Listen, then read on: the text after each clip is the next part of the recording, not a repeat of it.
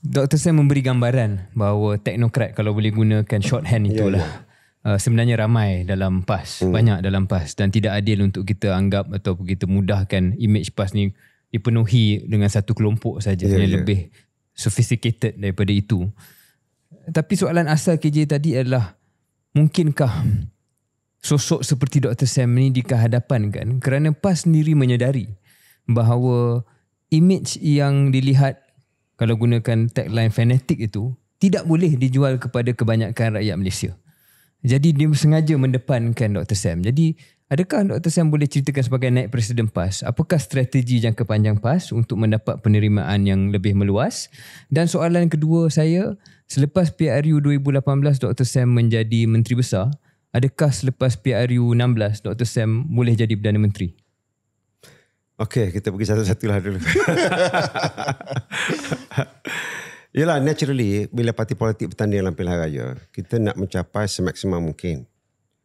Bila kata semaksimum mungkin, bukan undi daripada kelompok dia saja. Undi daripada pelbagai kelompok di tempat yang mereka bertanding. Jadi tentulah PAS membuat kajian. Kita ada research house kita sendiri yang buat kajian. How to maximize support from all segment of people. Jadi di sini timbulnya pendekatan-pendekatan. Jadi pendekatan yang kita tarik golongan untuk ke depan, yang duduk belakang itu sebahagian daripada pendekatan. Itu tidak mengubah dasar dan mengubah dasar parti.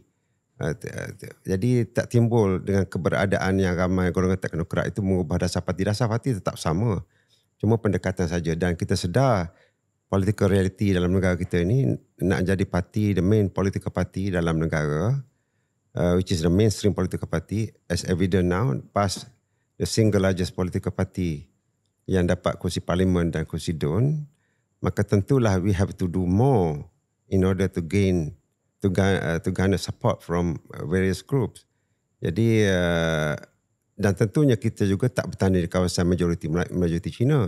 Ada kawan-kawan rakan-rakan kita yang lain, tapi regardless, kita masih lagi memerlukan sokongan, termasuk orang Cina, orang daripada etnik-etnik lain. Jadi in order to appeal to the bigger population, tentulah pendekatan PAS harus berubah.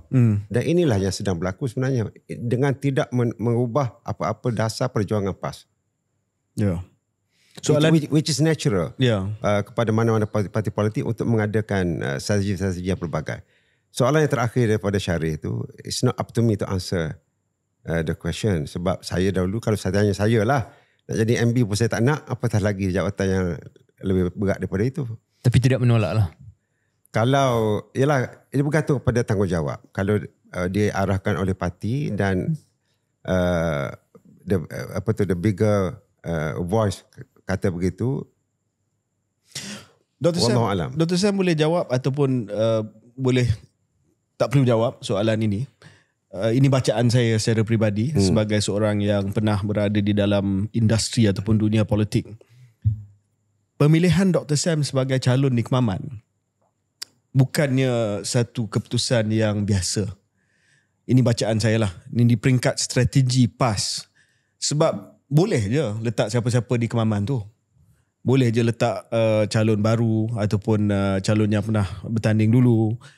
Sebab ia tidak akan mengubah apa-apa. Tetapi Dr. Sam dipilih, diletak di Kemaman sebagai satu gerakan strategik untuk menonjolkan bahawa PAS pun ada calon Perdana Menteri.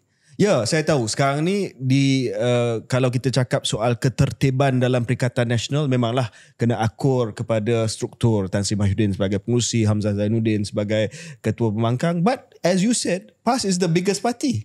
So why not? Kalau selepas pasca PRU yang akan datang, PAS is still the biggest party dan dapat membentukkan kerajaan, takkan nak bagi kepada orang lain. Dan dah ditonjolkan di Parlimen seorang sosok yang layak untuk menjadi Perdana Menteri. Boleh tak jawab kan? Boleh je tak? Boleh. Soal itu bacaan saya lah. Bacaan saya. So, A jawab, B tak jawab. So, saya pilih B lah.